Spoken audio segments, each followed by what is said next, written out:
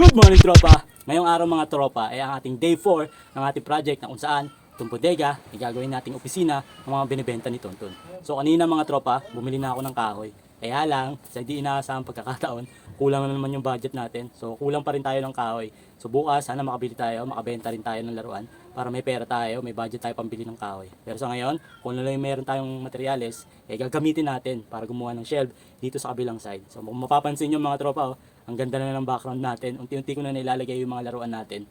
Kaso tropa, natuwa ako. Masaya na malungkot. Malungkot kasi hindi ko alam kung kakasya ba yung shelf natin para sa mga laruan natin. Masaya kasi napakarami ko na palang laruan na naipon. So imagine kung mabibenta ko itong mga tropa.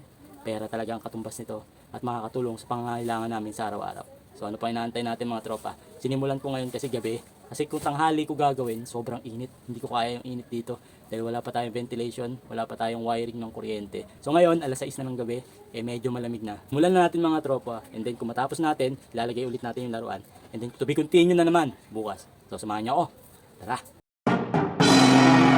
So kanina mga tropa, naghanap tayo ng palitsina. So dalawang tindahan ng palitsina yung napagbilan natin. So magkaiba yung kahoy na nabili natin. Una ito, nakabili tayo nito 35 pesos ang kilo. Yan, manipis lang siya. Nagustuhan ko siya kasi manipis lang, magaan, at same time matibay. So nakabili tayo ng tatlo. So total of 70 pesos yung binayaran ko.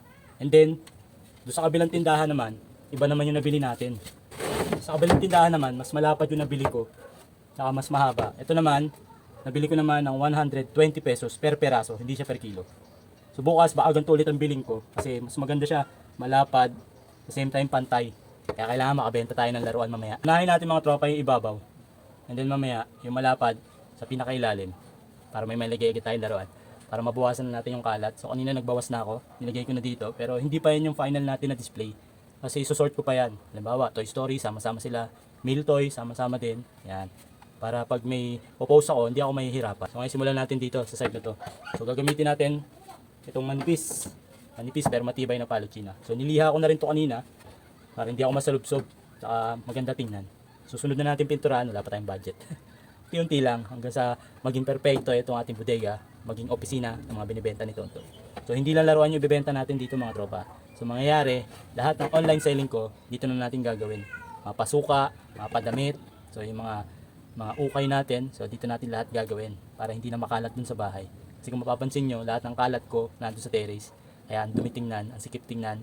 Ang kalat, naasar na si Mrs. Kaya sana bukas, matapos na natin itong project ko para lipat na natin lahat ng kalat ko doon papunta dito at makapaglinis na rin. Tara, simulan na natin.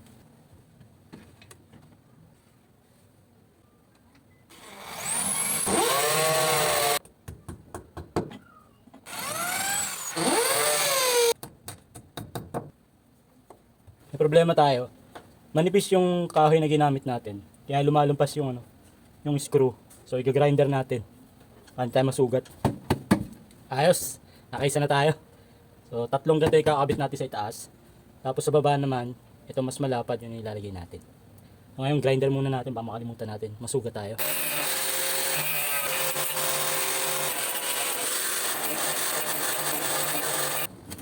Oy, safety first ha, huwag yung gagayahin yun mga bata. Di nyo na pwede masisi kung ba't ganito.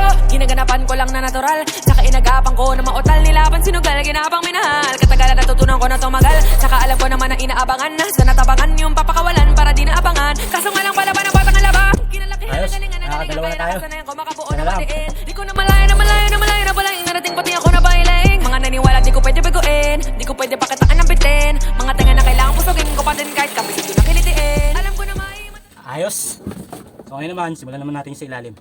Tapos bukas, pag nakabenta tayo, yung sa gitna. Tapos na, yung ating shelf.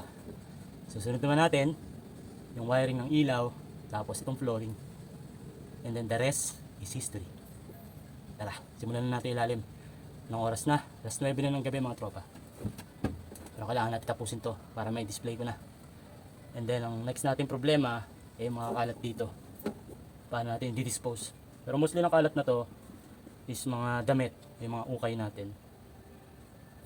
Sana mabenta rin natin agad para lumuwag dito. Gusto ko kasi laruan lang talaga dito sa taas. Para pag nagla-live tayo or anything na binibenta natin, maganda yung background natin. Hindi makalat. At the same time, makakilos tayo. So may mga naisip din akong content. Pwede ko rin dalhin dito yung mga inaanak ko. Paglalaruin ko sila, or sa Pasko, bagong taon. Instead na pera, laruan lang ibibigay natin. So papipiliin natin sila ng gusto nilang laruan. So marami tayong content na isip mga tropa. So sana samahan nyo pa rin ako hanggang sa magtagumpay tayo. Yeah! Tara, simulan natin yung ilalim. Mas maganda yung ilalim tropa kasi mas malapad. Tapos 2 putol lang yung gagawin natin. Unlike dito, 3 putol to. Tapos hindi pa pantay-pantay yung kahoy. Kaya medyo nag-adjust tayo, nahirapan tayo. Pero dahil meron tayong level, nakuha natin yung pantay talaga. Bakit kasi tingnan kung di pantay mga tropa. Tara, simulan natin yung ilalim.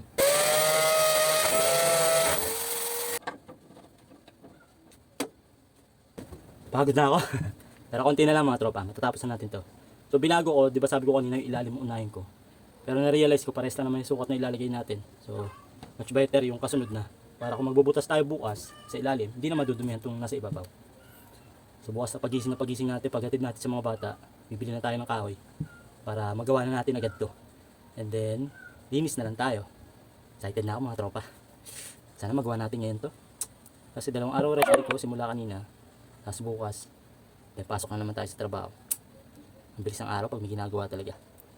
So ngayon, di tayo nakapagbenta ng laruan dahil wala tayong internet. Ay, Diyos ko.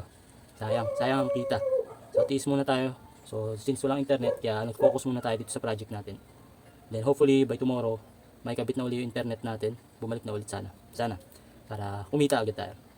So for now, tara, tapusin natin to. Pagod na ako, pero kailangan tapusin. Dahil nag-enjoy tayo mga tropa. Na-excite na ako na pakita sa inyo yung kalalabasan nitong munting project natin. Na kung saan, isa to sa pangarap ko. Bilang isang tatay na nangarap na magkaroon ng isang munting negosyo. Na maging dahilan para magkaroon tayo ng enough na income sa araw-araw.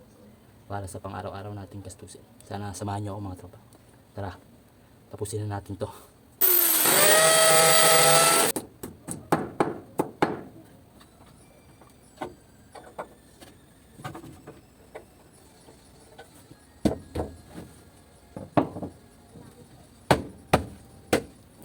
Ayos. Isa na lang, tapos na tayo.